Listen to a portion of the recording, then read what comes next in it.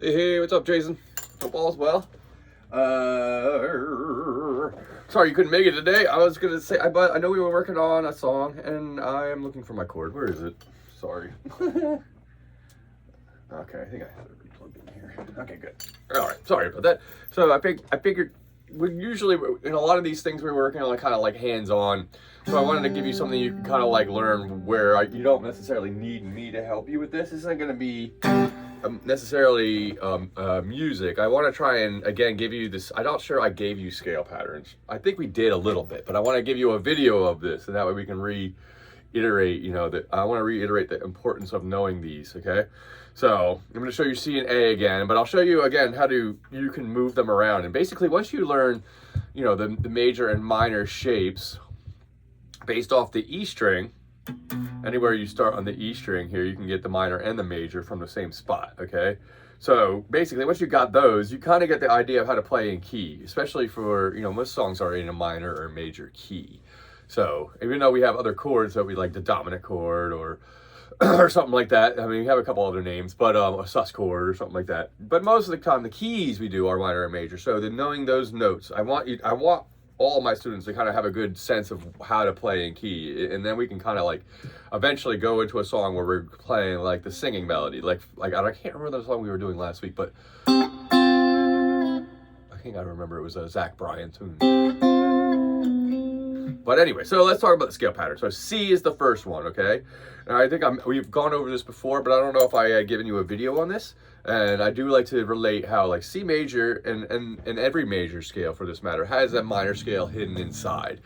And I always start with C major because on the piano that means there's no sharps or flats. It's just C, D, E, F, G, A, B, C. Nothing else. And A is the same way, A minor.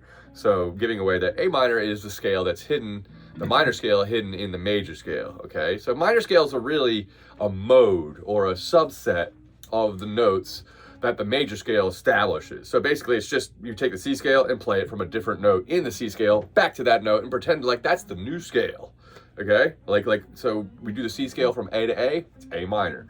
If for example we go from E to E in the key of C, that would be E Phrygian, okay? We're not going to get into Phrygian yet. I'll usually go into more of the modes when we pull out a song that kind of starts using them.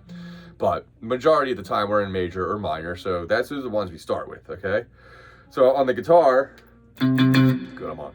On the guitar, our C is the 8th fret of the low E string and the 8th fret of the high E string, okay? All our patterns for our scales really kind of coincide, at least when we start with these, coincide with the notes on the E string, okay? Okay, so now for this scale, we're gonna start 8 of the low E with the ring finger, okay? That's the first note, that's C. Okay, I'm going to give you the full scale, or I'm going to give you the pentatonic scale, then the full scale, right after I give you that, because I want you to get used to the 2-note scale first, and then so once I say, you know, I'm going to get into that, stop, keep practicing the pentatonic for a couple days, okay?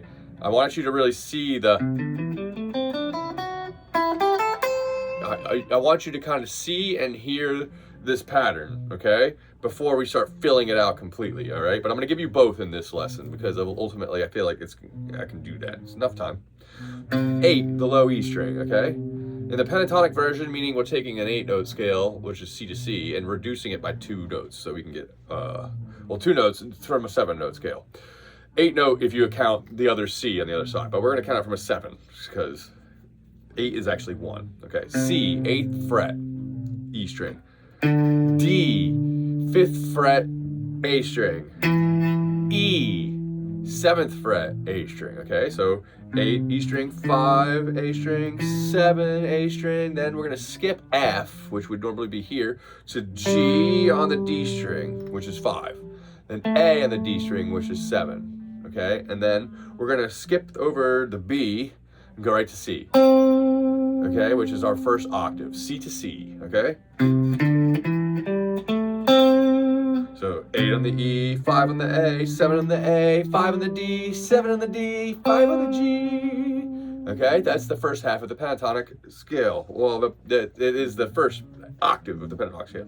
Going on from 5, we go to 7 on the G, that's a D. We go to E on 5 of the B. Then we jump up past the what is this, F to G on the B string at 8. And then A at the 5th fret of the E string. And then ending again at 8 on the high E string. Okay? That's the full scale, the full 2 octaves, E to E string of the C major. Okay? 8 of the E, 5 of the A, 7 of the A, 5 of the D, 7 of the D, 5 of the G, 7 of the G, 5 on the B, 8 on the B, 5 on the E, then back to 8 on the E. Okay, that's your full pentatonic major scale. Okay, now if I move this up from 8 to like say 10, and I did the same thing, I'd have a D major scale. Same shape, same basic idea of using the same notes. We're just going to end up, basically you learn one pattern for the scale, and then we can move that pattern everywhere and do all the scales based off the E string, okay? Now we can do scales based off the A string too, and they start being a little different, or the D string, and a lot of times when you do off the D string, it's already part of the pattern that's from the E string. So depending on where you want to put it, you're sometimes already in the same spot as you would be once you start moving these, okay? Unless you're going up, let's say above the 12th fret. Which in some cases you will. So anyway, going back. Now I talked about the A scale being mixed in there. So it's basically the same scale, except we're just gonna start a little lower because if we start from A, we're gonna start from a little lower below a C, right? So in this case, again, we're gonna start on the E strings. So if we have C here at 8, and C and B, there is no like in between. So there's B is the 7th fret. So if we had a B scale, we'd build it off that fret.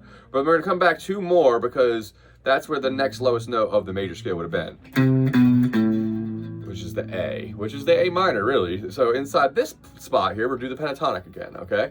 This is the pentatonic minor scale. Now, it's relative to the C, but that doesn't change anything as far as like what every minor scale will be shaped on the guitar. Once I build you this A scale will be the same as every other minor scale on the guitar. You just move it up and move it back. All the notes are in the same exact place relative to where you start. So no matter where you are, you could kind of find a note, okay? Now it's gonna be it's a bit of a tricky thing to get used to all of these. So that's why I want to start it like this, because I think I can make it simple and make it easy. So all right, so A minor pentatonic. Start on 5 now of the E string, okay? Then we jump to 8, just like that. We're already back into the C major scale kind of already, all right? Now the notes are gonna go on like they used to. So A and C is 5 to 8 on the low E string. Then we go 5, 7 on the A, 5, 7 on the D, 5, 7 on the G, 5 to 8 on the B, and then we end at 5. Because we want to end on an A, just like we did on the top there. So all together.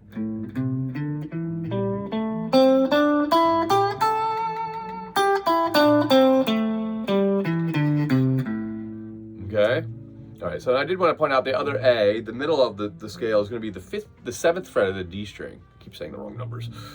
So that's kind of like, okay, so you hear that once I go through it, that there's another A in there, and then we do the scale again, pretty much, just an octave higher, okay? So notice that if we go back, I'm gonna go back again. So 5 of the E, 8 of the E, 5 of the A, 7 of the A, 5 of the D, 7 of the D, 5 of the G, 7 of the G, 5 of the B, 8 of the B, and then 5 of the E again, ending there, okay? So that's the basic thing there, okay? Now, if I move this back, I can go, let's say I moved that minor scale back 2 frets. I can get G. Up 2 frets again, we get A. Move it up 2 frets, you got B. Up C, 1 more fret. Now you can tell I don't know if you noticed, but I'm not looking. I mean, I can kind of see my hands in the thing there, but there's a point where I've done this so much, I don't.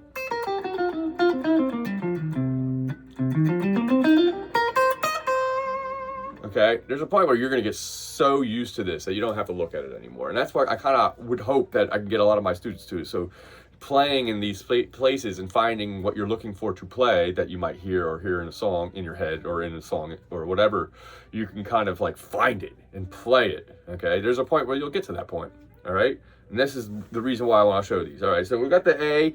Basically, once you learn the A and the C major pentatonics, they move everywhere. Now, I'm going to go now into the full major scale. So if you just watching this the first time, just work on the pentatonics for a few days and then come back. I'm at 10-minute mark now. So I hope that then you can add these notes. That way you can see the difference between the pentatonic and the regular scale. They're the same thing. They just have extra notes, okay? So, but the full scale is like what we talk about as the C major scale. That's just no pentatonic, okay? So it's same idea, starting with the 8th fret E string. A, E, gonna go to 5 like we did before. 5A, 7A. Now the note we missed last on the regular pentatonic is this next one, F, which is the 8th fret of the A. Okay, so there's now a third note on the A string. So 8, 5, 7, 8. Then we go to the D string, stays the same. G, A, which is just 5 and 7. And now we got to add the B, which brings us out of the pattern slightly, just for one note. We get a 4, and then we end on 5. Okay? You probably heard that coming, because it's one thing about the 7s, you could, when you go, oh, into 5. Okay, so now, adding that 4 there, you know that we have 3 notes on the G string now. 4, 5, and 7, okay, to D. Then the next string is going to be similar. We had the 5 to 8 before, but we have a 6 now. 5, 6, 8. And then at the end, we have a 5, 7, 8. 5, 7, 8. Like that. So 8 on the E string, 5 on the A, 7 on the A, 8 of the A, 5 of the D, 7 of the D, 4 of the G, 5 of the G, 7 on the G, 5 on the B, 6 on the B, 8 on the B, 5 on the high E, 7, and then 8. Okay? Now the A minor is going to be exactly the same as that. We just start from A. Okay? So let's do that. So that was the C major.